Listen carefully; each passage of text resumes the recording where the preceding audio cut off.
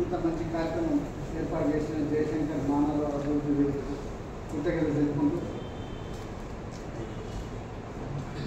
ప్రపంచ మేధావి జ్ఞానశేఖరం అంబేద్కర్ రాజ్యాంగంలోనే ఒక హక్కుగా, ఒక ప్రాథమిక హక్కుగా విద్య వైద్యం ఉచితంగా అందించాలని చెప్పి మనకి ఈనాడు ఏర్పరిచింది. కానీ పాలకులు ఏలికలు అనేవారు అవి ప్రజలకు ఉచితంగా అందిస్తున్నారా, రాజ్యాంగం అమలు జరుగుతుందా, వేరొక విషయం, వేరొక చర్చ.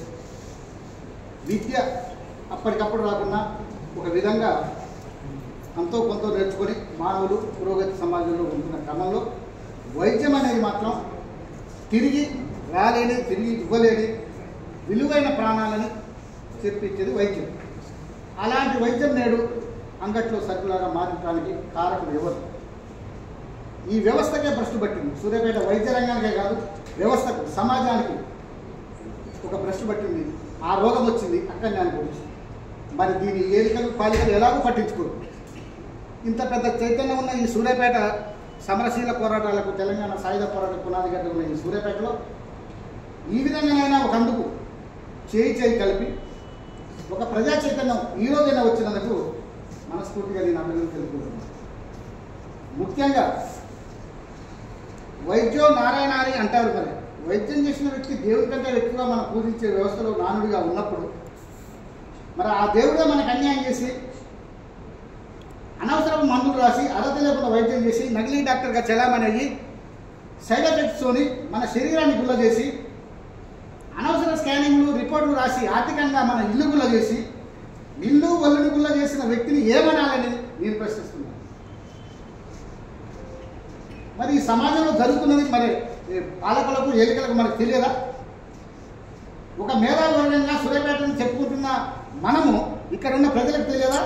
రాజకీయ పక్షాలు తెలియదా? యువజన సంఘాలు, విద్యార్థి సంఘాలు, మీడియా ఇంత డిజిటల్ టెక్నాలజీలో ఆధునికమైన రోజు రోజుకు ప్రపంచ గతిని మార్చివేస్తున్న ఈ తరుణంలో ఏం జరుగుతుంది, ఎందుకు జరుగుతుంది, ఈ దోపిడీ ఇంకా ఎంతకాలం అవుతుంది అనే దానికి ఫుల్ స్టాప్ లేదా?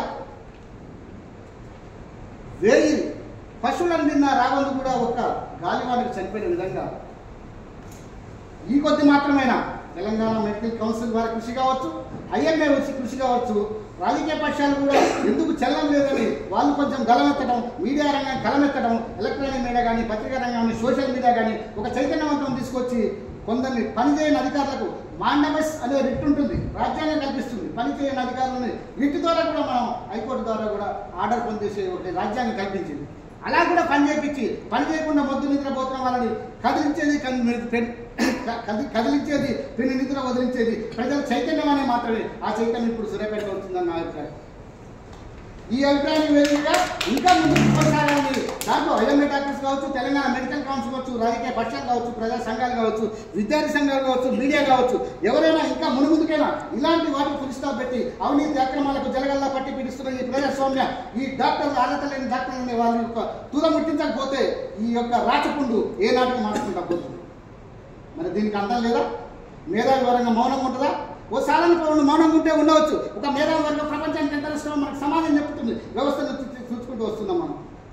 కానీ ఎవరు దీనికి కారకులు? పాలకుల, పాలితుల? పాలితులు చైతన్యం లేనప్పుడు పాలకులు ఏం చేస్తారు? ఈ పాలకులు ప్రజల్ని నిద్రపుచ్చి, మోసపుచ్చి, మత్తు ఇచ్చి, ఓటు అనే ఆదాయంతో ప్రజాస్వామ్యాన్ని తూటుకొచ్చి అధికారంలోకి వచ్చి ప్రజల్ని దోచుకు తింటేనే పాలకుల లక్ష్యమైనప్పుడు పాలితులు ఏం చేయగలరు? ఎంతవరకు చైతన్యం కాదు? ముఖ్యంగా వైద్య రంగానికి రోగం వచ్చింది కాదు, వ్యవస్థకే రోగం వచ్చింది. ఆ రోగాన్ని మాన్పడే వారికి డాక్టర్ ఎవరు? డాక్టర్లు వైద్యం చేసి రోగాన్ని మార్పాల్సిన డాక్టర్లకే రోగం వచ్చినప్పుడు, అవినీతి రోగం వచ్చినప్పుడు, అక్రమ సంబంధ రోగం పట్టినప్పుడు, జలగల్లా పట్టి పీడిస్తున్నప్పుడు, అర్హత లేని వైద్యం చేస్తున్నప్పుడు మరి దీనికి వెలుగు తీయాల్సిన బాధ్యత ఇంతమంది మీద ఉంది. ఇంతమంది కూడా కలిసినాకనే ఇవాళ ఈ సమావేశం జరిగిందని నేను అనుకుంటున్నాను. మీరందరూ కూడా మనస్ఫూర్తిగా ఉదయపూర్వకంగా ధన్యవాదాలు చెప్తూ సమయం లేదు మిత్రమా. ఇదే చైతన్యాన్ని ముందు కొనసాగించాలని, ఇదే చైతన్యాన్ని ఇదే నూతన వరవని సృష్టించాలని, ఇంకా జరిగే పోరాటాలకు సూర్యాపేట అర్హత లేని డాక్టర్లు ఈ విధంగా ఏదైనా ఒక ప్రపంచవ్యాప్తంగా, ఒక రాజ్యవ్యాప్తంగా, ఒక రాష్ట్ర వ్యాప్తంగా జరిగేలా ఒక పునాదిగా ఏర్పడినందుకు సూర్యాపేట పేరును మనం సార్థకాన్ని చేసుకున్నట్లు. సూర్యాపేట అంటే పుట్టి సూర్యాపేట కాదు, ఇది సూర్యులో ఉన్న పేరు. సమరశీల పోరాటాలకు వేదిక. అలాంటి దాన్ని చైతన్యం నిరూపించుకొని ఈరోజు ఈ హాల్లో కలుసుకున్నాం మనం. మరి ఇంత స్తబ్దుగా ఉన్న కొంతకాలం అరే ఒక రాజకీయ స్టేట్మెంట్ వస్తుందా, ఒక ప్రజాపక్షం కానీ ఒక యువజన సంఘాన్ని ఒక స్టేట్మెంట్ ఈ డాక్టర్లకు ఇవ్వబద్దా? ఒక మీడియా రంగమే ఎంతసేపటికి రాసుకుంటూ ఎంత ఎలక్ట్రానిక్ మీడియా ప్రచారం చేసుకుని సోషల్ మీడియా తీసుకుని ఎంతవరకు చేస్తుంది అనుకున్న క్రమంలో గాలి వాన ఏకమయ్యి ఎక్కడి జరగాలో అక్కడ జరుగుతుంది. కానీ ఇంకా ప్రక్షాళన మాత్రం జరగాలి, ప్రక్షాళన ఇంకా జరగాలి.